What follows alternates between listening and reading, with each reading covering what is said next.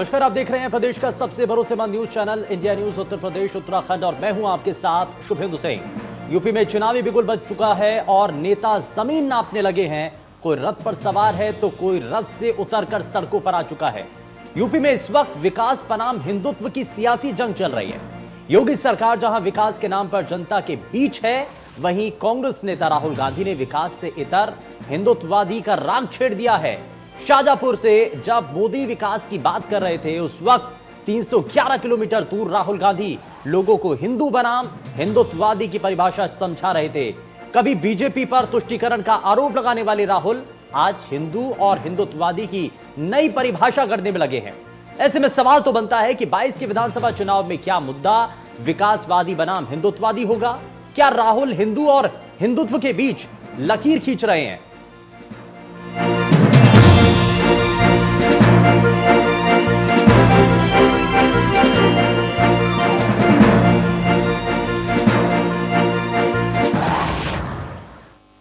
तो इस नई परिभाषा के मायने क्या हैं और सियासी रूप में हिंदू और हिंदुत्ववादी की परिभाषा क्या है? और जरा आप इस बात को समझिए, क्योंकि जब प्रधानमंत्री नरेंद्र मोदी मंच पर खड़े होकर के जब बात करते हैं तो उनके द्वारा क्या कहा गया, और राहुल गांधी जब वहां से 311 किलोमीटर दूर मंच से जनता को संबोधित करते हैं तो नई परिभाषा करने की कोशिश होती है। क्या कहा गया, जरा वो आप देखिए। कुछ राजनीतिक दल ऐसे रहे हैं जिन्हें देश की विरासत से भी दिक्कत है और देश के विकास से भी दिक्कत है। देश की विरासत से दिक्कत इसलिए क्योंकि इन्हें अपनी वोट बैंक की चिंता ज्यादा सताती है। देश के विकास से दिक्कत इसलिए क्योंकि गरीब की, सामान्य मानवी की इन पर निर्भरता दिनों दिन कम हो रही है।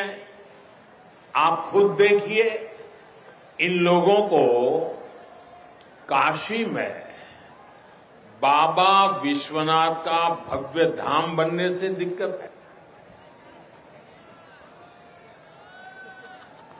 इन लोगों को अयोध्या में प्रभु श्री राम का भव्य मंदिर बनने से दिक्कत है। इन लोगों को गंगा जी के सफाई अभियान से दिक्कत है। तो नरेंद्र मोदी जी ने, वो कहते हैं मैं हिंदू हूं, तो चलिए सच्चाई की नरेंद्र मोदी जी ने कहां रक्षा की? मैं आपसे पूछता हूं। नरेंद्र मोदी जी ने कहा मैं देश के हर युवा को, 2 करोड़ युवाओं को रोजगार दूंगा। सच्चाई या झूठ? सच्चाई या झूठ? हिंदू या हिंदुत्ववादी? नरेंद्र मोदी जी ने कहा, कोरोना के समय कहा, भाइयों और बहनों थाली बजाओ, कोरोना चला जाएगा। हिंदू या हिंदुत्ववादी? नरेंद्र मोदी ने कहा कि चाइना की सेना हिंदुस्तान के अंदर नहीं आई, चाइना की सेना ने 1000 किलोमीटर हिंदुस्तान की जमीन हड़प ली है। हिंदू। और चलिए जरा इस पूरे कार्यक्रम को आगे बढ़ाते हैं। और आपने सवाल भी देख लिया है और साथ ही सियासी मायनों में जो नेताओं की तरफ से बयान दिए गए हैं वो भी आपने सुन लिए। लेकिन जरा आज के खास पैनल से आपको मिलवाते हैं। हमारे साथ समाजवादी पार्टी से राष्ट्रीय प्रवक्ता डॉक्टर अभिषेक राय कार्यक्रम में जुड़ चुके हैं। अभिषेक जी, बहुत स्वागत है आपका कार्यक्रम में। और जरा आगे बढ़ते हैं, कांग्रेस पार्टी से राष्ट्रीय प्रवक्ता पंकज श्रीवास्तव हमारे साथ कार्यक्रम में जुड़ चुके हैं। पंकज जी, बहुत स्वागत है आपका कार्यक्रम में। और वरिष्ठ पत्रकार सुरेंद्र दुबे हमारे साथ कार्यक्रम में जुड़ चुके हैं। सुरेंद्र जी, बहुत स्वागत है आपका कार्यक्रम में। और भारतीय जनता पार्टी से नेता सूर्या मैथिल हमारे साथ कार्यक्रम में जुड़ चुके हैं। सूर्या मैथिल जी, बहुत स्वागत है आपका कार्यक्रम में। और शुरुआत में पंकज श्रीवास्तव आपसे ही करना चाह रहा हूं, ये जो आज मंच से दूरियां दोनों मंचों की जरूर रही, लेकिन हिंदू हिंदुत्ववादी और विकासवादी हिंदुत्ववादी चर्चाएं इन्हीं के इर्द गिर्द होती रही। प्रधानमंत्री के द्वारा कहा गया कि कुछ ऐसे भी लोग हैं जिनको राम मंदिर बनने से आपत्ति है, जिनको अगर आप यहां काशी विश्वनाथ कॉरिडोर अगर बन जाता है तो उसको लेकर के उनको नाराजगी उनकी झलकती है।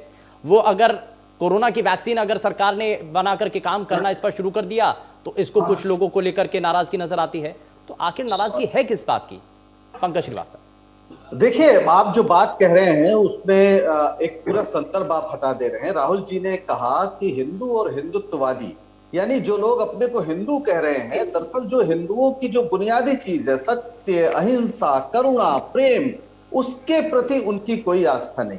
और इसलिए उन्होंने ये कहते हुए ये बताया कि चीन हमारी सीमा के अंदर घुसा हुआ है, रक्षा मंत्रालय मान रहा है, गांव बसा लिया है, लेकिन प्रधानमंत्री कहते हैं ना कोई आया है, ना कोई यहां पर अभी बैठा हुआ है। इस तरह से लगातार झूठ बोल रहे हैं वो। उन्होंने कहा कि 2 करोड़ हम लोगों को रोजगार देंगे, आज स्थिति है कि बेरोजगारी चरम पर है। उन्होंने कहा था कि महंगाई हम हटाएंगे, आज स्थिति है कि महंगाई से लोग त्राही त्राही कर रहे हैं। आज 1000 रुपए से ज्यादा गैस सिलेंडर बिक रहा है। आज पेट्रोल ने तो एकदम शतक बना दिया। आप जानते हैं जो स्थिति है, बेरोजगार यहां पर लाठियां खा रहे हैं उत्तर प्रदेश में। तो आप जब अयोध्या, काशी, इन सब की बात करते हैं, मुझे तो नहीं याद कि किसी ने मंदिर बनाने का विरोध किया। सब ने कहा कोई विवाद है, उसका कोर्ट से जो फैसला आएगा उसको हम मानेंगे। और आप काशी में, काशी की बात कर रहे हैं, भव्य धाम, परकोटे खड़ा कर रहे हैं, भव्य धाम नहीं है। काशी में 182 मंदिरों को तोड़ा गया है कॉरिडोर बनाने के लिए, तमाम गरीबों को उजाड़ा गया है, तमाम लोगों के घर उजाड़े गए हैं। और वहां पर काशी सिर्फ एक क्या कहते हैं आपके जो 5 लाख स्क्वायर फीट का जो परिसर है वही काशी नहीं है। काशी में शंकर अगर हैं तो वो गंगाधर हैं। और गंगा की हालत ये है कि वहां बीएचयू के साइंटिस्ट ही कहते हैं कि वो आचमन तो छोड़िए, स्नान के लायक नहीं है। रोज 120 MLD बिना ट्रीट किया सीवेज का पानी उसी गंगा में डाला जा रहा है। आपने कहा था हम गंगा सफाई करेंगे। तो झूठ बोलकर इस देश के लोगों को परगलाने का जो काम आप कर रहे हैं, उस पर कहा है पूरी तरीके से राहुल गांधी ने बार बार, क्योंकि ये धर्म की बार बार आड़ लेते हैं, धर्म के तो बारे राहुल में जो गांधी बार बार बताने व्याख्यान की करने कोशिश की कर बात रहे हैं कि आती ये है धर्म ना, नहीं है, नहीं ये पंकज अधर्म श्रीवास्तव है। जी, अगर धर्म को लेकर के और हिंदुत्व अपने आप को हिंदू बताने के लिए अगर बात आ जाती है, तो राहुल गांधी भी जनेऊ अपनी कमीज के बाहर जो है आप दिखाने फिर की मैं कह रहा कोशिश हूं, करते हैं। तो बहुत ऐसा है, क्यों आप होता है हिंदुत्व और फिर? हिंदू, और आप चुनाव हिंदुत्व चुनाव और आते आते ये हिंदू मुस्लिम और हिंदू हिंदुत्ववादी ये क्यों ये होने लगता चुनाव है? नहीं, ये सिर्फ भारतीय जनता पार्टी करती। चुनाव आते आते जिस तरह से वो माहौल बनाती है, काशी में जिस तरह से उन्होंने आयोजन किया, क्या काशी के लोगों की समस्याएं दूर हो गई हैं? क्या काशी में लोगों को रोजगार मिल रहा है? क्या काशी के लोग महंगाई से वो नहीं है? और दूसरी बात, आपने एक परिसर बनाया और वहां पर जिस तरीके से 50 कैमरों के इर्द गिर्द आप नाच रहे हैं, ये किसी प्रधानमंत्री को शोभा देता है? अरे भाई, दुनिया भर में ऐसी इमारतों को संरक्षित किया जाता है। काशी के बारे में कहते हैं कि इतिहास से भी पुराना है। आप दुनिया में देख लीजिए, वो चाहे काशी विश्वनाथ कॉरिडोर बना, ये आप अच्छा मानते हैं कि नहीं मानते? काशी विश्वनाथ कॉरिडोर बना, इसमें कोई आपत्ति तो नहीं है? अयोध्या में राम मंदिर बना, इसमें कोई आपत्ति तो नहीं है? सवाल कॉरिडोर का नहीं है, सवाल कॉरिडोर के नाम पर सैकड़ों मंदिर तोड़ने का है। इसलिए एक भी शंकराचार्य इस आयोजन में नहीं था। आप सोच लीजिए, सामान्य बात नहीं है। सूर्य मैथे जी, सूर्य मैथे जी, अब जरा ठीक है सर, जरा जवाब ले लेते हैं। सूर्य मैथे जी, अब जरा इस पर जवाब दीजिए। ये कहा जा रहा है कि काशी विश्वनाथ कॉरिडोर, जिसको आप कह रहे हैं कि भव्य निर्माण आपने किया, ठीक है, जीर्णोद्धार वहां पर किया गया, लेकिन इस दौरान कई मंदिरों के टूटने को लेकर के यहाँ पर पंकज श्रीवास्तव सवाल उठा रहे हैं। उनके मन में एक टीस है कि जो इतने मंदिरों को तोड़ा गया इस भव्य कॉरिडोर को बनाने को लेकर के, इसी वजह से वहां पर कई महंत संत वहां पर नहीं पहुंचे उस कार्यक्रम में। सूर्य मैथिल, जवाब दीजिए। बहुत बहुत धन्यवाद आपका शुभेंदु जी। एक तो अपनी पीसीआर को बोलिए, मेरी आवाज इको कर रही है प्लीज। ठीक है, मैं उसको जरा ठीक करवा लेते हैं। हाँ, देखिए, अभी मैं पंकज श्रीवास्तव जी की बातें सुन रहा था। उनके मन में जिस प्रकार की पीड़ा थी काशी विश्वनाथ के जो कॉरिडोर है उसके नवीनीकरण के प्रति, और जिस प्रकार की जो हिंदू जनमानस की आस्थाओं का प्रतीक है काशी विश्वनाथ, उसके सौंदर्यकरण, उसके नवीनीकरण के प्रति जिस प्रकार की इनके हृदय में पीड़ा थी, उसको देखकर एक बात तो समझ में आती है कि चाहे जो गीदड़ है वो शेर की खाल ओढ़ ले, लेकिन वो सदैव गीदड़ ही रहता है जब आवाज निकाल। वही स्थिति आज इन लोगों की हुई है। अब भारतीय जनता पार्टी पर ये मुहावरा बिल्कुल फिट बैठता है। उन्होंने अभी प्रश्न उठाया कि काशी के अंदर विकास कहाँ हुआ। इन्होंने अभी प्रश्न उठाया कि काशी के अंदर लोग बेघर हो गए हैं। इन्होंने प्रश्न उठाया कि काशी की स्थिति बहुत खराब है। तो मैं इनसे निवेदन करूंगा कि मेरे मित्र, एक बार आप चलिए मेरे साथ काशी में। आप जब काशी के बड़े बड़े फ्लाईओवर, आप जब काशी के अंदर साफ सुथरी सड़कें, काशी के रुद्राक्ष जो ऑडिटोरियम, उसको जाकर देखेंगे, काशी के जो रेलवे स्टेशन, काशी में 182 मंदिर तोड़े गए कि नहीं ये बताइए। 182 मंदिर तोड़े गए कि नहीं ये बताइए। 182 मंदिर तोड़े गए कि नहीं ये बताइए। मंदिर तोड़े गए कि नहीं बताइए? आपने कितने मंदिर तोड़े हैं ये बताइए आप। जहां पर की फ्लाईओवर सड़क हम भी जानते हैं और काशी बहुत गए हैं। और यही गंगा कहाँ साफ है? गंगा एक चुल्लू गंगा साफ नहीं हुई। आप स्थापित किया गया 5 साल में एक चुल्लू गंगा साफ नहीं कर पाया। अब मैं आ जाता हूं यहाँ पर जो बार बार विकास की बात करते हैं राहुल गांधी जी, वो कह रहे हैं ना, तो मैं उनसे पूछना चाहता हूं, जिस अमेठी ने इनको ही नहीं इनके पिताजी को, इनके चाचा जी को, इनकी माता जी को भी भेजा था संसद में भारी बहुमत से, उस अमेठी के अंदर कभी एक बस अड्डा तक गांधी परिवार ने नहीं बनवाया। ये इनका विकास था। वहां पर एक HAL कौन ले आया? BHEL कौन ले आया? 6 महीने फुर्सतगंज हवाई पायलट ट्रेनिंग केंद्र कौन लाया? और केंद्रीय मंत्री स्मृति दीदी ने बनवाया। आज अमेठी के अंदर सैनिक स्कूल है, आज अमेठी के अंदर जिला अस्पताल है, आज अमेठी के अंदर जिला मेडिकल कॉलेज है, आज अमेठी के अंदर उसका खुद का जिस प्रकार से विकास हो रहा है सड़कों का, ये ऐतिहासिक है। ये होता है विकास। और आप जो विकास की बात कर रहे हैं, उत्तर प्रदेश में डबल इंजन की सरकार ने जो विकास किया है वो जग जाहिर है। आपके राज्य में क्या स्थिति थी ये भी समझा। चलिए ठीक है, मैं इस पर जवाब ले लूंगा, पंकज जी से मैं जवाब लूंगा, लेकिन उससे पहले ठीक है सर, आपके राज्य में कितनी बेरोजगारी दर थी ये जनता जानती है। चलिए ठीक है सूर्य मैथिल जी, ठीक है, मैं इस पर पंकज जी से जवाब लूंगा, मैं इस पर जवाब ले लूंगा उनसे, लेकिन मैं जरा इसमें कार्यक्रम में जरा अभिषेक राय जी को भी जोड़ रहा हूं। अभिषेक राय जी, ये हिंदुत्ववादी बार बार इसका जिक्र हो रहा है, इससे पहले चाचा जान, अब्बा जान, ये इस तरीके के जो शब्द हैं, ये क्यों ऐसा होता है कि चुनाव आते आते इन शब्दों को लेकर के सियासी बयानबाजी और बयानों के तीर चलने लगते हैं? क्यों एक दूसरे के ऊपर इसी तरीके से तीरों के प्रहार किए जाते हैं? क्यों ऐसा होता है? शुभेंद्र जी, बहुत सीधी सी बात बता रहा हूं, इस सरकार ने कुछ किया नहीं, इनके पास बताने कोई काम नहीं, तो इसलिए ये मुद्दे से भटकाने की कोशिश करते हैं। कभी ये चाचा जान की बात करें, कभी अब्बा जान की बात करेंगे, कभी ये काशी कॉरिडोर की बात करेंगे, लेकिन इनके पास मुद्दे नहीं। मुद्दे इसलिए नहीं क्योंकि इन्होंने जनता के लिए कुछ काम नहीं किया। क्या ये महंगाई, अभी स्मृति ईरानी जी का नाम ले रहे थे हमारे भाजपा के नेता सूर्य मैथिल जी, 2014 में सिलेंडर लेके घूमती थी, महंगाई डायन होती थी, बड़े बड़े नारे दिखते थे, टीवी एक्ट्रेस भी रही हैं स्मृति ईरानी जी। अब क्या वो एक्टिंग भूल गई है क्या? कहां वो गायब हो गई? 21 में अभी महंगाई डायन नहीं दिख रही है उनको? बेरोजगारी पे बात नहीं करते ये लोग, ये जनता से जुड़े हुए मुद्दों पे बात नहीं करेंगे, ये सिर्फ जनता को बरगलाएंगे। काशी बाबा कॉरिडोर बना, मैं बनारस का रहने वाला हूं, बनारस में आप सबको आमंत्रित करता हूं। अभी जितनी बड़ी बड़ी डींगे सूर्य मैथिल जी ने कही, आए नहीं होंगे बनारस। लहरतारा का पुल गिर गया, अभी मैं बनारस में ही था, मेरे मजदूर सुन लीजिए, सूर्य मैथिल जी, सूर्य मैथिल जी सुन लीजिए पूरी बात तो। अरे यार, मैं रोज रहता हूँ काशी में, रोज रहता हूँ काशी में, आप मुझे मत सिखाओ, मेरी नगरी का घर है, मेरे मत सिखाओ, बाबा बोले गंगा जी का निर्मल है। अरे आपको सर्टिफिकेट की जरूरत नहीं, ये जब से जन्म से पैदाइश हुई है तब से वो आशीर्वाद है। आप जैसे सर्टिफिकेटों की जरूरत नहीं झूठों की। सुन लीजिए, लहरतारा का पुल गिरा, उसमें कितने हमारे मजदूर दबे, आपके ही राज्य में वो पुल बना था। अरे सुन लीजिए, पुल बना था, आपकी सरकार थी, आप ही ने बजट सैंक्शन किया था, आप ही के द्वारा जो एजेंसी थी उसको हायर किया गया था, टेंडर किया गया था, और आप ही अपने राज्य के भ्रष्टाचार को यहाँ उजागर कर रहे हैं। बहुत बढ़िया, अच्छी बात है। बनारस की मेट्रो कहाँ गई? बनारस की मेट्रो कहाँ गई? खा गए आप लोग, जुमलों में खा गए। उड़न खटोला बनाने जा रहे थे, खा गए जुमलों में।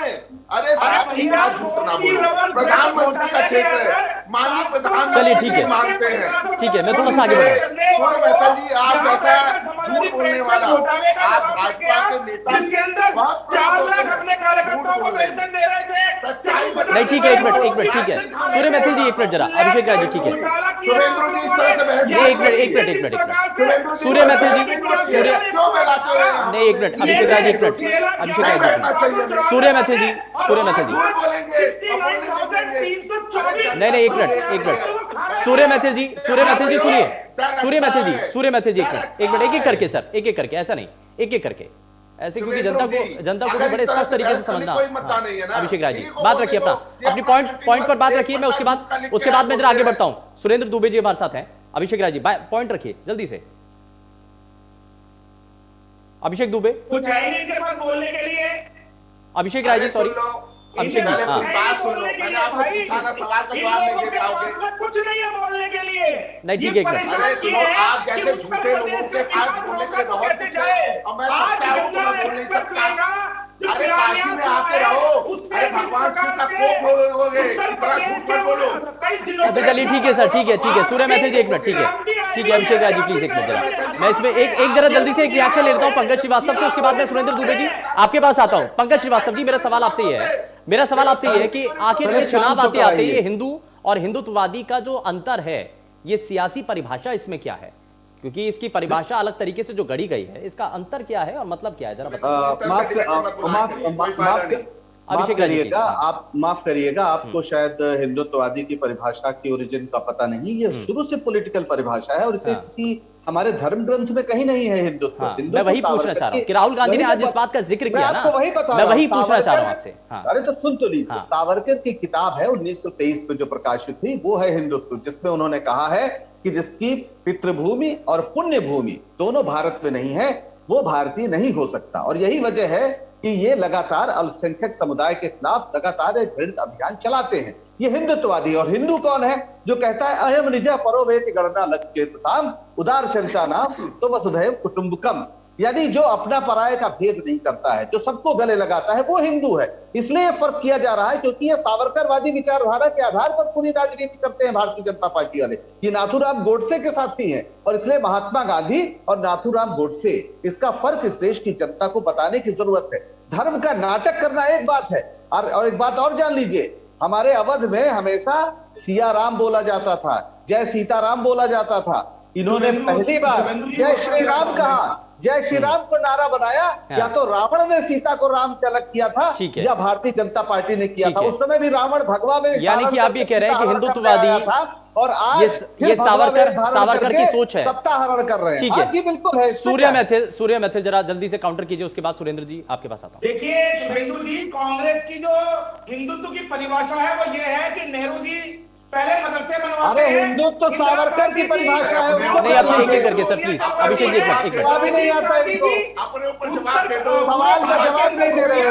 अरे हिंदुत्व का मतलब तो जान लो। पंकज जी एक मिनट जरा सुन लेते हैं, मतलब तो जान लो भाई। अभिषेक जी एक मिनट जरा, अभिषेक राय जी एक मिनट जरा। संविधान में संशोधन करते हैं, आपको पता ही नहीं है कि आप क्या बोल रहे हैं। अरे यहाँ बहस हिंदुत्व शब्द पर हो रही है। अरे भाई, आप अंग्रेजों के चरण चाटने वाले लोग नहीं सर, एक मिनट पंकज श्रीवास्तव जी, संयमित भाषा में सर, संयमित भाषा में पंकज श्रीवास्तव जी, संयम में सर, संयम शब्दों का चयन सही से। धर्म को हिंदू आतंकवाद के अंदर जोड़ने की कोशिश करती है और आगे राहुल गांधी जी और उसकी पूरी टीम हिंदुत्व को बोको हराम और आईएसआईएस से जोड़ती है। ये बेशरम लोग यहाँ बैठकर हिंदुत्व नहीं सर, एक minute sir, Surya Maithil ji please, Surya Maithil ji शब्दों का चयन सही से। देश के अंग्रेजों के चाटकार हैं, तलवे चाट के आए हैं, मुखबरी करके आए हैं, आप क्या बात कर रहे हैं? जब अंग्रेज इस देश में थे तो वंदे मातरम मुंह से नहीं निकलता था। जब अंग्रेज इस देश में थे तो मुंह से वंदे मातरम नहीं निकलता था। तब माई बाप कहते घूम रहे थे आप, आज माई बाप कहते घूम रहे थे। अंग्रेजों के चमचेगिरी आप हैं, आपने किया है। अरे आपने तो अरे भगत सिंह से बचाने के लिए आपके हेडगेवार ने क्लास की थी कि भगत सिंह के पास न जाओ। अरे देवरस को पढ़ लो, देवरस को पढ़ लो। देवरस में लिखा है कि हेडगेवार ने कहा कि भगत सिंह के पास मत जाओ। अरे जिन्ना तो सावरकर को अपना गुरु मानता था। अरे क्या बात कर रहे हैं, धीरे बोलिए, आपको आपकी तबीयत खराब हो जाएगी। अरे धीरे बोलिए। मैं तो दोनों से रिक्वेस्ट करूंगा, थोड़ा सा पानी भी पी लीजिए। तबीयत खराब हो जाएगी। ठीक है सर, ठीक है, एक मिनट पंकज श्रीवास्तव जी एक मिनट, सूर्य मैथिल जी एक मिनट, मैं जरा सुरेंद्र जी को भी शामिल कर रहा हूँ। ठीक है सुरेंद्र दुबे जी, अब बड़ा सवाल तो ये है कि ये चुनाव आते आते हिंदू और हिंदुत्व के बीच में, हिंदुत्ववादी में ये अंतर जो खड़ा किया जा रहा है, ये जो लकीर खींच दी जा रही है, आखिर इसका मतलब क्या है? सुरेंद्र जी अनम्यूट कर लीजिए सर।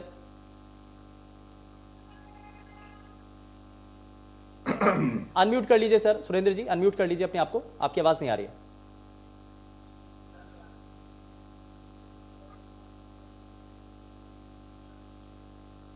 सुरेंद्र जी मुझे सुन पा रहे हैं आप? चलिए, लग रहा है कुछ टेक्निकल इशू है, मैं जरा उस पर वापस आऊं, लेकिन जरा मैं अपनी बात पूरी कर लूं? हाँ सूर्य किसान भाई, जरा मैं अपनी जल्दी से बात पूरी कर लूं? पॉइंट, 2 जरा मिनट, जल्दी से 2 पॉइंट। मैं जरा इस एक देखिए, चीज इसमें ये भी देखिए। समझना चाह रहा हूं कि ये जो हिंदू और हिंदुत्ववादी है, जिसमें कहा जा रहा है कि ये सावरकर की सोच है, जो कि भारतीय जनता पार्टी जिसको अपना आइडियल मान करके जिस पर आगे बढ़ रही है, तो ये वो कह रहे हैं कि पंकज श्रीवास्तव जी और कांग्रेस पार्टी के नेता भी समझाना है। तो क्या आपको लगता है कि अभी तक जो वोट बैंक आपको मिला, जो अभी तक समर्थन आपको मिला, आपने प्रदेश के अंदर और देश के अंदर सरकार बनाई, तो लोगों के ऊपर भी पॉइंट आउट है, सवाल है उनके ऊपर भी क्या? जी बिल्कुल बिल्कुल बिल्कुल शशांक भाई, आपको मैं एक बात बताना चाहता हूं। देखिए, इस समय कांग्रेस क्या चाहती है दोबारा से हिंदुओं से कि हिंदुओं सो जाओ, क्योंकि जब कश्मीर के अंदर रातों रात लाखों कश्मीरी पंडित बेघर अरे चाइना घुसा है साहब, मुंह से आवाज नहीं फूट रही है। अरे गांव बसा दिया चाइना ने, चाइना घुसा है। पंकज जी प्लीज, पंकज श्रीवास्तव जी, मैं रिक्वेस्ट कर रहा हूं आपसे प्लीज, एक एक करके। नहीं, आपको मौका मिलेगा ना, काउंटर करने का मौका दूंगा आपको। ये है कांग्रेसी हिंदुत्व। जब राम को काल्पनिक कहने वाले लोग, राम केतु को तोड़ने के लिए तैयार हो जाने वाले लोग यहाँ बैठकर ग्रंथों की बात करते हैं, तो इसे कहते हैं कांग्रेसी हिंदुत्व। जब वंदे मातरम ना बोलने वालों को ये देशद्रोही नहीं कहते हैं, तब होता है कांग्रेसी हिंदुत्व। जब उस भारत के अंदर आराम से तबीयत खराब हो जाएगी आप। तो मैं तभी आराम से समर्थन करते हैं कांग्रेस के नेता, ये होता है कांग्रेस। अरे तबीयत खराब। चलिए ठीक है मैथिल जी, ठीक है पंकज श्रीवास्तव जी, मैं जरा इसमें जल्दी से आपको जोड़ रहा हूँ, मैं जरा जल्दी से इसमें आपको जोड़ रहा हूँ। पंकज श्रीवास्तव जी, ठीक है। सूर्य मैथिल जी, ठीक है सर, आपने, अरे पसीना आ रहा है आपको, सर ठीक है, पानी पी लीजिए, पानी पी लीजिए, पानी पी लीजिए। आपको कुछ पता ही नहीं अमेठी के बारे में। अमेठी में BHEL है, अमेठी में HCL है, अमेठी में क्या, आपको क्या पता अमेठी के बारे में? अमेठी में BHEL। अच्छा पंकज जी, ये अमेठी आते आते राहुल गांधी को इतना समय क्यों लग गया? अमेठी में उड्डयन। सूर्य मैथिल जी, एक मिनट जरा, पंकज श्रीवास्तव जी, अच्छा ठीक है पंकज श्रीवास्तव जी, एक सवाल का जवाब तो दीजिए जरा। ये अमेठी आते आते राहुल गांधी को इतना समय क्यों लग गया? इतना ठीक है, वहां से अगर शिकस्त मिली या हार मिल गई, लेकिन एक लंबे समय तक वहां पर परिवार की जो जितने भी लोग रहे वहां पर उन्होंने काम किया, जनता ने बड़ा प्यार दिया, स्नेह दिया, लेकिन वहां आते आते बड़ा देर लग गई। अब सवाल उठा रहे हैं भारतीय जनता पार्टी और तमाम लोग वहां पर। कहां देर लग गई? भारतीय जनता पार्टी क्या सवाल उठा रही है? लगातार अमेठी के को लेकर कांग्रेस पार्टी का हर कार्यकर्ता, और यहां पर जब से प्रियंका गांधी प्रभारी बनी है, पूरे प्रदेश में ही कांग्रेस को नए सिरे से खड़ा करने की और उसे ताकत देने की कोशिश हो रही है। राहुल गांधी जी पूरे देश में देख रहे हैं, वो वायनाड के सांसद है, और पूरा जो अमेठी है वो उनका परिवार है। आज भी उन्होंने बात कहा, आज भी उन्होंने बात कही है। केरल देश में नहीं है, केरल देश में नहीं है। आप केरल को देश नहीं मानते, केरल को देश नहीं मानते, आप केरल को देश का हिस्सा नहीं मानते। क्या बात कर रहे हैं आप? अजीब बात कर रहे हैं। केरल को देश नहीं मानते आप? अपने देश का हिस्सा नहीं। शंकराचार्य वहां से आते थे, शंकराचार्य वहां से आते थे, शंकराचार्य वहां से आते हैं। आपको, अरे क्या बात कर रहे हैं आप? ये बताइए क्या बड़ौदा में मोदी जी ने बड़ौदा का अपमान किया लोगों का, जब काशी में सांसद बने और वहां का छोड़ दिया? क्या बात कर रहे हैं आप? कुछ तो सोचिए। अरे अपने मोदी जी को गाली मत दीजिए, मोदी जी को गाली मत दीजिए। चलिए ठीक है, मैं थोड़ा सा आगे मोदी जी ने वहां से सुरेंद्र दुबे जी भी हमारे साथ कार्यक्रम में जुड़ चुके हैं। काशी से तो क्या माना जाए? ठीक है सर, ठीक है, छोड़ दिया तो ठीक है पंकज जी, ठीक है सूर्य मैथिल जी, मोदी जी को इतना ठीक मत करिए। सुरेंद्र दुबे जी, कह रहा हूं अब ये उत्तर प्रदेश में कांग्रेस एक विमर्श कर रही है नया, जिसमें 40% महिलाओं को टिकट देना शामिल है, जिसमें लगातार स्कूटी, स्मार्टफोन देना शामिल है।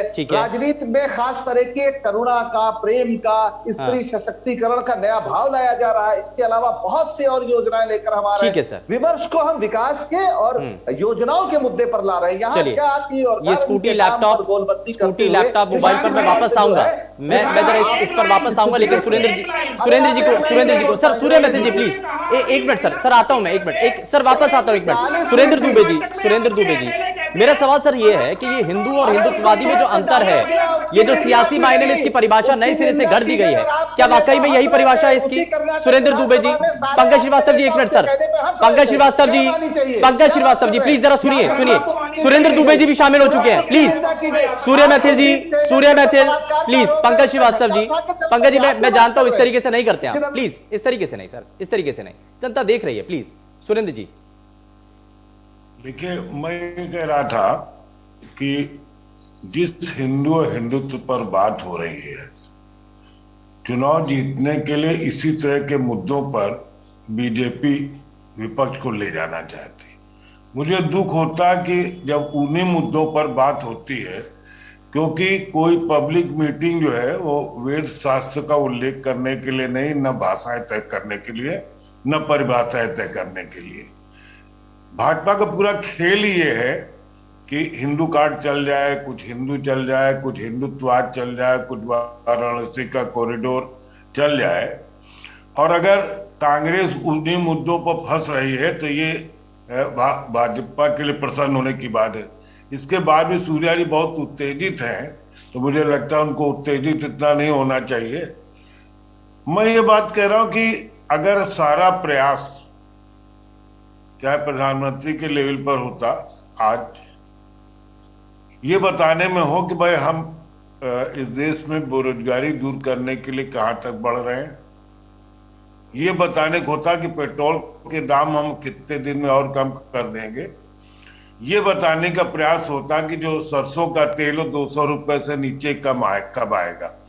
हम और आप कल्पना नहीं कर सकते थे कि 200 रुपए किलो का भी तेल बिकेगा, क्योंकि मैं रोज मार्केट नहीं जाता हूं। तो जब अचानक ये 200 आया और हमारे बनिया ने सामान भेजा, उसमें बिल में 210 रुपए को लिखा, तो मैं उसको फोन किया कि यार तुमने बिल गलत बना दिया। तो उनका सर आप तो बहुत दिन से निकले नहीं है कोरोना की वजह से, अब वो इतना ही दाम हो गया है। तो ये जो हमारी मुख्य समस्या, हमें देखना हमारे एजुकेशनल इंस्टीट्यूशंस की क्या स्थिति है। इस प्रदेश में कम से कम 25-30 लाख लोग ऐसे हैं जिनकी नौकरियां 10 साल 15 साल से फंसी हुई है किन्हीं कारणों से। कुछ तो ऐसे केसेस हैं जिनको अपॉइंटमेंट लेटर दे दिए गए, सिर्फ कॉलेज नहीं दिया जा रहा। कुछ केस ऐसे हैं कि उनको टीचर है, एक ही स्कूल में 3 ढंग के टीचर है, एक 7,000 पा रहा है, एक 10,000 पा रहा है, एक 15,000 पा रहा है। अगर हम भूख और भुखमरी के मुद्दों को नहीं सुलझा सकते, ठीक है, तो ये चीजों का कोई लेना देना नहीं। रही काशी कॉरिडोर की बात, तो काशी कॉरिडोर जैसी जगह जो है ये संरक्षण की जगह है, धार्मिक स्थल हो चाहे ऐतिहासिक हो, ठीक है। अब वो एक टूरिस्ट प्लेस बहुत अच्छा हो गया है। हमारी आने वाली पीढ़ियां जब वहां जाएंगी तो उनको ये पता है, 1 मिनट प्लीज, ठीक है सर, सूर्य जी पता ही नहीं चलेगा मतलब हिंदुओं की भावना नहीं। सूर्य जी, सूर्य मैथिल जी, सूर्य मैथिल जी, सूर्य मैथिल जी प्लीज एक मिनट सर सुन लेते हैं, उसके बाद मैं जवाब दूंगा। एक मिनट सूर्य मैथिल जी, सूर्य मैथिल जी, नहीं सूर्य मैथिल जी, एक मिनट। इस प्रकार से हम लोगों के लिए 17.9% अभी आपकी बात होगी सुरेंद्र, एक मिनट सूर्य मैथिल जी, सूर्य मैथिल जी, सूर्य मैथिल जी जरा सुनिए, सूर्य मैथिल जी प्लीज, ऐसे नहीं सर, बीच में नहीं, ये अभिषेक राय जी आपके लिए भी प्लीज, बीच में नहीं। सुरेंद्र जी बात सुनते रहे, अब आप हमारी बात सुनिए। आप ये समझते हैं कि हम चो करेंगे वो हम उसमें, मैं कह रहा हूँ कि जो काशी का विकास किया, बहुत अच्छा किया, ठीक है, नहीं अभी तो उस पर जाते ही नहीं कि नहीं किया। मैं कह रहा हूँ कि उसको देखने के बाद जो नई पीढ़ी जाएगी, उसके पता ही नहीं चलेगा कि काशी क्या है। ठीक है, ठीक है सर, मैं अब जरा मैं थोड़ा सा आगे बढ़ता हूँ। नहीं ठीक है, इसमें क्या, ठीक है सर, सूर्य मैथिल जरा जल्दी से जवाब दीजिए, उसके बाद अभिषेक राय आपके पास आता हूँ। सूर्य मैथिल देखिए, विकास का मुद्दा नहीं छोड़ना होगा, ठीक है, लेकिन विकास के बारे में बताना तो होगा ना कि प्रदेश में क्या बड़े प्रोजेक्ट है। बताऊंगा ना, आप क्या बताएं? सुरेंद्र जी ठीक है सर, ठीक है, मैं उनको एक बात बता देना चाहता हूँ कि आजादी से लेकर क्यों बोलेंगे? प्रदेश के अंदर आप वाकई आर्थिक स्तर बीमार पर अब तो बताओ लगे, विकास के पंकज लिए जी तो हमें प्रति लगा था व्यक्ति ये आय बात कर रहे हैं। 2012 आप तक वाकई बीमार 2017 लग रहे हैं। तक अरे इनके लिए 45,000 प्रार्थना करिए। 97,000 हो गई अरे है। मैं प्रार्थना ही आज कर रहा हूँ, प्रदेश नहीं जो सुन रहे तो क्या है करें वो बताइए। बीमारू प्रदेश से निकलकर उत्तम प्रदेश जी, बन गया जी। है। आज की कानून अरे आप व्यवस्था ऐसी सुनिए है तो। कि प्रदेश के अंदर 80,000 करोड़ से ऐसा ज्यादा का ऐसा क्या निवेश के आपसे आया है। और थोड़ा प्रदेश में रस्सी आप तो तोता बनने पत्रकार की है बजाय सर, अपना दिमाग आपको तो भी लगाइए। देखना चाहिए कि जिस दूसरों की प्रकार बात से भी सुन लीजिए। बसपा के राज में 90,000 अरे इनकी आवाज कम कराएं तब कोई बोल पाए, बात हो पाएगी, नहीं तो बात नहीं हो पाएगी। सूर्य मैथिल से सवाल है, एक मिनट। सुरेंद्र जी ठीक है, जरा जवाब ले लें, जवाब ले लेते हैं। भाजपा के थोड़ा 4.5 लाख से ज्यादा अपॉइंटमेंट्स हुए हैं सरकारी नौकरी, लेकिन वहां ना तो जाति हुई ना हाँ। धर्म को देखा गया और निष्पक्ष के बीमार हैं। अपॉइंटमेंट्स हुए हैं। आपको ये भी देखना चाहिए। चलिए ठीक है, आप ये कह रहे हैं कि विकास के काम भी हुए हैं, विकास के काम भी हुए हैं, लेकिन अभिषेक राय यहां पर सुरेंद्र दुबे जी ने एक बात कही कि अगर बीजेपी हिंदू और हिंदू के इर्द गिर्द इस पूरे इलेक्शन को रखना चाहती है तो इसमें तो फंस ही रहे ना विपक्ष, कांग्रेस भी फंस रहा है और बाकी जितने राजनीतिक दल है वो भी फंस रहे हैं। अभिषेक राय जी जवाब दीजिए।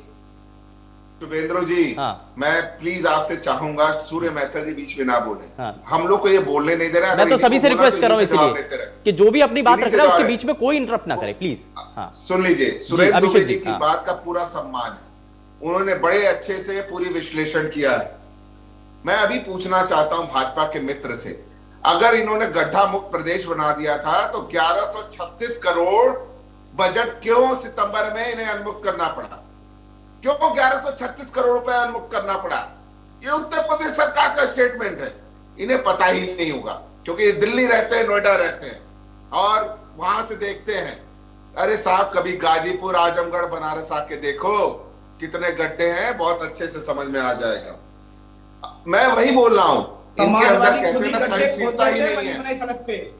अरे साहब सुनोगे सूर्य मैथिल जी, मैं पॉइंट रखिए सर, पॉइंट रखिए अभिषेक जी। इंटरप्ट मत करना। हाँ पॉइंट रखिए सर, जल्दी से पॉइंट रखिए। हाँ बिल्कुल, मैं अपना पॉइंट रख रहा हूं। आज सबसे महंगी बिजली उत्तर प्रदेश में 5 पावर प्लांट इन्होंने नहीं बनाए, जिसका ये बता राज्य के अंदर। अरे सूर्य मैथिल जी प्लीज, सूर्य मैथिल जी रिक्वेस्ट है, सूर्य मैथिल जी प्लीज सर, मैं मौका दूंगा, आप अपना जवाब दीजिएगा, बीच में नहीं लेते। क्या आपको बोलने की? नहीं एक मिनट अभिषेक राय जी, ठीक है पॉइंट रखिए। बीमार हो गए हो?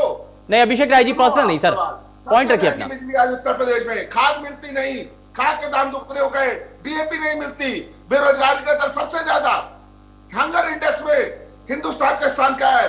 80 करोड़ को आप अनाज बांट रहे हो, अपनी पीठ थपथपा रहे हो, शर्म आनी चाहिए आपको। आपने गरीबी बढ़ा दी देश में, आपने बेरोजगारी बढ़ा दी देश में, आपने महंगाई बढ़ा दी देश में, और आप जवाब मांगना चाहते हो, शर्म आनी चाहिए आप लोगों को। ठीक है, जरा जवाब ले लेते हैं, क्योंकि महंगाई को लेकर के बड़ा मुद्दा है। सूर्य मैथिल जी जरा जवाब दीजिए, बढ़ती महंगाई को लेकर के क्या आप जनता के बीच में जाकर के बताएंगे? आप जनता को कैसे बताएंगे कि महंगाई को कम करने के लिए सरकार की नीति क्या है, रोड मैप क्या है, बताइए ना सर। जी देखिए, ऐसा है, डॉक्टर अभिषेक राय जी ने जिस प्रकार से अभी कहा कि हम 80 करोड़ लोगों को अनाज बांट रहे हैं, बहुत बहुत धन्यवाद आपका। कम से कम आपने इस चीज को इस मंच से बोला, हम ही बोलते थे, आप बोल रहे हैं, बहुत बहुत आभारी हूं मैं आपका कि देश के 80 करोड़ मेरे भाई बहनों को शर्म आनी चाहिए यार, मेरी बात शर्म आनी चाहिए, फिर मैं परेशान करूंगा। शर्म आनी चाहिए आपको। दूसरी बात, इन्होंने बोला कि गड्ढा मुक्त उत्तर प्रदेश है, तो क्यों बजट में आपने जो है आपने कहा हंगर इंडेक्स को ले गए, देश को पता कि सड़कें गड्ढा मुक्त है, लेकिन उसकी रिपेयरिंग शर्म नहीं आती आपको? भैया शौचालय बना के 28 लाख से बेच दिए, क्या बताओ? दूसरी बात ये कह रहे हैं कि बनाया आपने, क्या बनाया आपने? कर दी। मैं को बता दूं, बिजली उत्तर प्रदेश के शहरी इलाकों को 24 घंटे और जो ग्रामीण इलाके वहां पर भी 23 घंटे ये किसानों को प्रदेश की जनता ये भी देख रही है, ऐतिहासिक है। इतना बड़ा झूठ उत्तर ना प्रदेश के बोलो, अंदर जिस प्रकार से आप भाजपा का प्रवक्ता नहीं बोलता, नेता इसलिए आप शायद बोल रहे हैं। अभिषेक जी प्लीज जरा सुन लेते हैं आप खुद ही डिमांड करते हैं ना प्लीज। उत्तर प्रदेश के टॉप अधिकारी को अपने यहाँ दबाव बनाकर रख रखी थी, सरकारी पैसे पे खिला रही थी, पिला रही थी, उसको कानून से बचा रही थी। 1600 बसाम लगाते हो रैलियों में, हमने सरकारी इसको बहुत सारी बीमारियां हैं, शर्म आनी चाहिए। चलिए अच्छा, मैं थोड़ा सा आगे बढ़ जाता हूँ। अब जरा विकास के मुद्दे पर जरा बात करते हैं। पंकज ठीक है सर, सूर्य मैथिल जी ठीक है सर, आपने पॉइंट रखा है, जरा मैं आगे बढ़ता हूँ। पंकज श्रीवास्तव जी को भी जोड़ रहा हूं मैं। पंकज जी, आपने इससे पहले इस बात का जिक्र किया था कि हम महिलाओं पर ज़्यादा ध्यान दे रहे हैं और महिलाओं को ज़्यादा मजबूती देने के लिए हमने महिला हूँ, लड़की हूँ, लड़ सकती हूँ, इस तरीके के नारे प्रियंका गांधी ने दिए। और चाहे स्कूटी देने की बात हो, चाहे लैपटॉप की बात हो, मोबाइल की बात हो, बड़ी अच्छी बातें हैं, महिलाओं को और भी ज़्यादा आगे बढ़ाने के लिए काम होना चाहिए। लेकिन इसमें जहाँ जहाँ पर देश के अंदर, जिन राज्यों के अंदर आपकी सरकारें, अक्सर ये सवाल भी उठता है, मैं एक बार फिर से दोहरा देता हूँ, आपको दूसरे मंचों पर भी आपने शायद जवाब दिया होगा, लेकिन जब छत्तीसगढ़ के अंदर, जब राजस्थान के अंदर, जब पंजाब के अंदर आपकी सरकार है, आपने महिलाओं के सशक्तिकरण के लिए क्या वहां पर स्कूटी दी, क्या आपने वहां पर मोबाइल लैपटॉप दिए हैं? जवाब दीजिए। हाँ, मैं बिल्कुल, आपका ये सवाल जायज है और इस सवाल से हम बिल्कुल बचते नहीं हैं। उत्तर प्रदेश में कांग्रेस एक नए वैचारिक अभियान को शुरू कर रही है और स्त्रियों के सशक्तिकरण को उसने अपना एक एजेंडा बनाया है। और 40% टिकट देना ये आसान नहीं है, ये कांग्रेस के लिए भी आसान नहीं, क्योंकि ऐसा हो जाने पर उत्तर प्रदेश की राजनीति का रंग बदलेगा, जो देश की राजनीति को भी प्रभावित करेगा। इस प्रयोग की सफलता हमारे तमाम अन्य प्रदेशों में भी कल आने वाले दिनों में, क्योंकि प्रियंका जी उत्तर प्रदेश की प्रभारी है, ये योजना वो लेकर आई है और हम उम्मीद करते हैं कि आने वाले दिनों में सभी कांग्रेस के जितने भी प्रदेश हैं वहां इन योजनाओं को लागू किया जाएगा। लेकिन किसी भी विचार को कहीं से शुरू किया जाता है। और इतना ही नहीं, उन्होंने तो यहां तक कहा है कि हम 50% टिकट लोकसभा में देना चाहते हैं, उनका बस चले तो इसमें भी 50% वो दे दे। तो असली चीज है महिला सशक्तिकरण और राजनीति में उनकी भागीदारी का एक नया दौर शुरू हो रहा है। दूसरी बात, देखिए, जब कोई चुनाव आता है तो उसमें सबसे जरूरी होता है कि सरकार के कामकाज की समीक्षा हो। और सरकार के कामकाज, चलिए आप कह सकते हैं विपक्ष इन पर अनर्गल आरोप लगा रहा है। उत्तर प्रदेश के बारे में केंद्र सरकार की अपनी संस्थाएं क्या कह रहे हैं? अभी यहां पर खड़े होकर संसद के अंदर बताया गया कि देश में जितने मानवाधिकार उल्लंघन के मामले हैं उसमें 40% अकेले उत्तर प्रदेश में है। आपको बताया गया नीति आयोग ने कि देश में जो डबल इंजन की सरकार है उसने उत्तर प्रदेश को गरीबी, सबसे गरीब प्रदेश जो है उसमें तीसरे नंबर पे ये है, और जहां ट्रिपल इंजन की सरकार है बिहार, वो नंबर 1 पर है। यहाँ के लोगों की आय घट गई। अभी ये खुद कह रहे थे भाजपा के प्रवक्ता कि हमने 4.5 लाख नौकरियां दी, लेकिन आप अपना ही जो संकल्प पत्र है 2017 का उठा के देखिए, आपने कहा था कि हम 70 लाख नौकरियां देंगे। तो महंगाई का सवाल हो, बेरोजगारी का सवाल हो, हाँ, क्राइम, एक बात और, मैं इसमें एक सवाल और जोड़ देता हूं। एनसीआरबी का आंकड़ा कह रहा है, सर सुन लीजिए, एनसीआरबी का आंकड़ा बता रहा है कि अपराध में, हिंसा में उत्तर प्रदेश नंबर 1 है। तो सवाल यह है कि आपके बुलडोजर खड़े कहां हैं? किसानों को कुचल दिया आशीष मिश्रा ने, उनके पिता केंद्रीय गृह राज्य मंत्री बने हुए हैं, उन पर एफआईआर में नाम है और एसआईटी ने अभी तक पूछताछ नहीं की है। कहां है आपके बुलडोजर? अरे जाइए उनके घर पे चढ़ाइए ना भाई। ये क्या तरीका है कि कुल 77 एमएलए हैं बीजेपी में जिनके आपराधिक, जिनके ऊपर मुकदमे हैं। इनके 61 एमपी में 35 एमपी हैं जिन पे हीनियस क्राइम है, जिसमें कौन कौन सा अपराध नहीं है। जवाब ले लेता हूं। ठीक है, राजनीति में सुधार लाने के लिए कोशिशें तो हैं। इसमें सूर्यमैत्री जी, ठीक है सर, पंकज जी, ठीक है, ठीक है पंकज जी, ठीक है सर, ठीक है, सूर्यमैत्री जी, अब जरा जवाब दीजिए।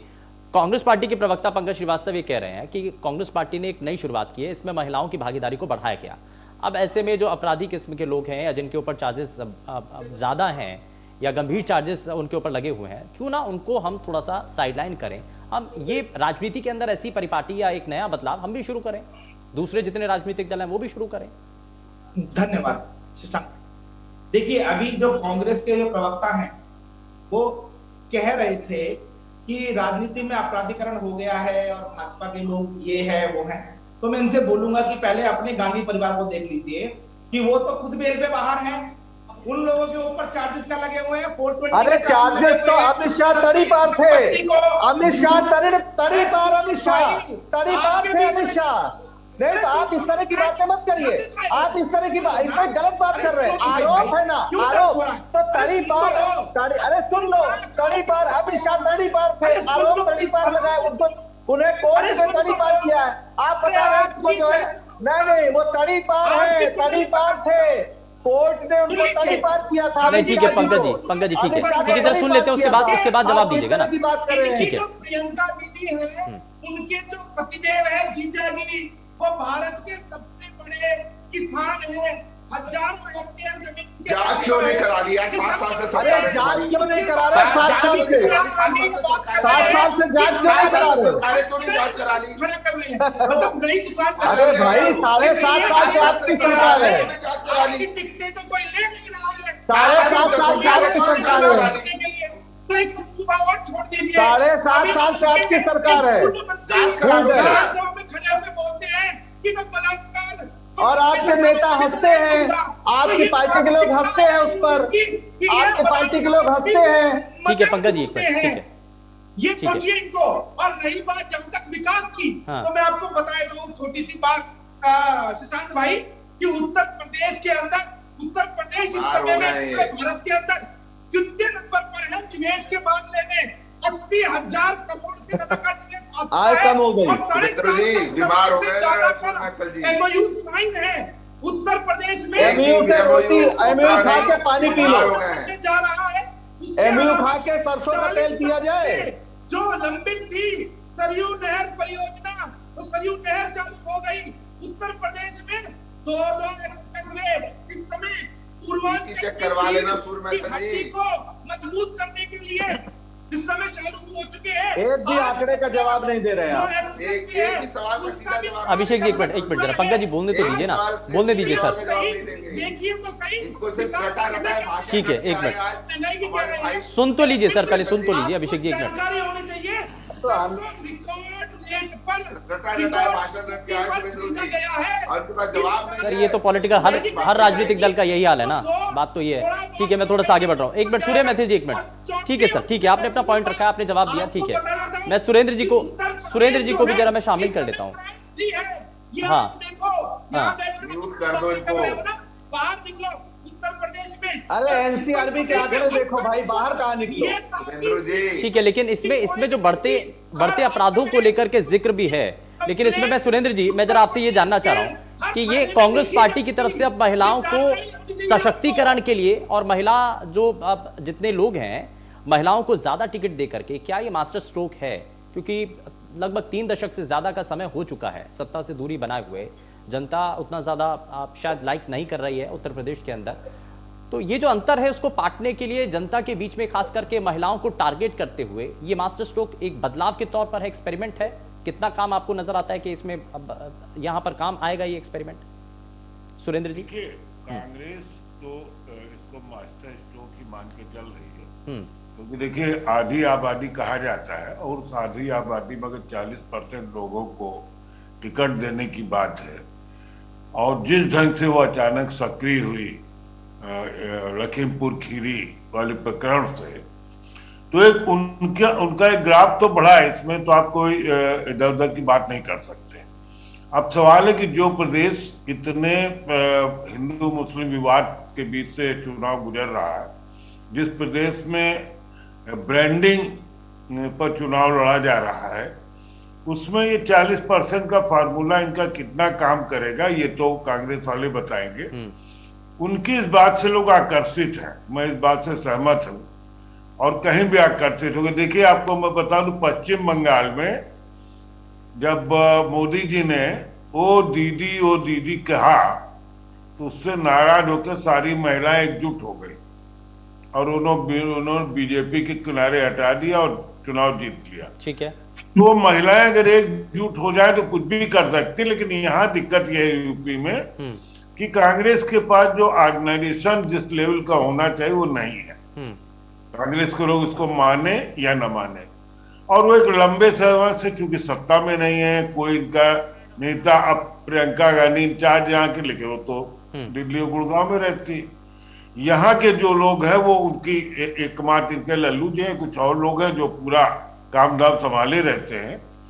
तो मुझे लगता है इनका जो ऑर्गेनाइजेशनल मामला है वो अभी भी बहुत कमजोर है, और अगर ऑर्गेनाइजेशन मजबूत हो पाया तो प्रियंका गांधी का महिलाओं को 40% टिकट देने का फार्मूला कुछ काम कर सकता है। हाँ। अब उसमें ये डिपेंड करेगा कि किस तरह की महिलाओं को टिकट दे रहे हैं, किस ढंग की महिलाएं उसमें आकर्षित हो रही।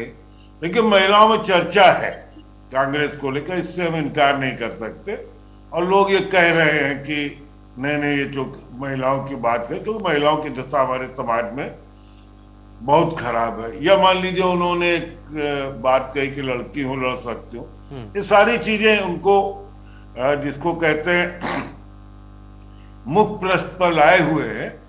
अब वो मुख पृष्ठ वोट कितने % दिलाएगा, ठीक है, ये देखने की बात होगी। लेकिन प्रियंका गांधी ये जो स्ट्रोक खेला गया है, कितना हाँ। क्या वाकई में मास्टर स्ट्रोक होगा या फिर इस पर क्लीन बोल्ड हो जाएगी कांग्रेस, ये फिलहाल देखने वाली चीज है। सूर्य मैथिल जरा कुछ कहना चाह रहे हैं, जरा जल्दी से काउंटर, उसके बाद में अभिषेक जी। देखिए शशांक भाई, हाँ। अभी हमारे जो आपके राजनीतिक विश्लेषक हैं, शायद इनको मोदी विरोध का कुछ ज्यादा शौक है। जिस प्रकार से इन्होंने कहा कि नहीं सर, वो पश्चिम उनकी बंगाल अपनी पर्सनल में, राय है सर। सुन लीजिए ना, हाँ। इनकी पर्सनल राय। पश्चिम बंगाल के अंदर भारतीय जनता पार्टी की 3 सीटें थी, आज वहां पर 77 सीटें रही।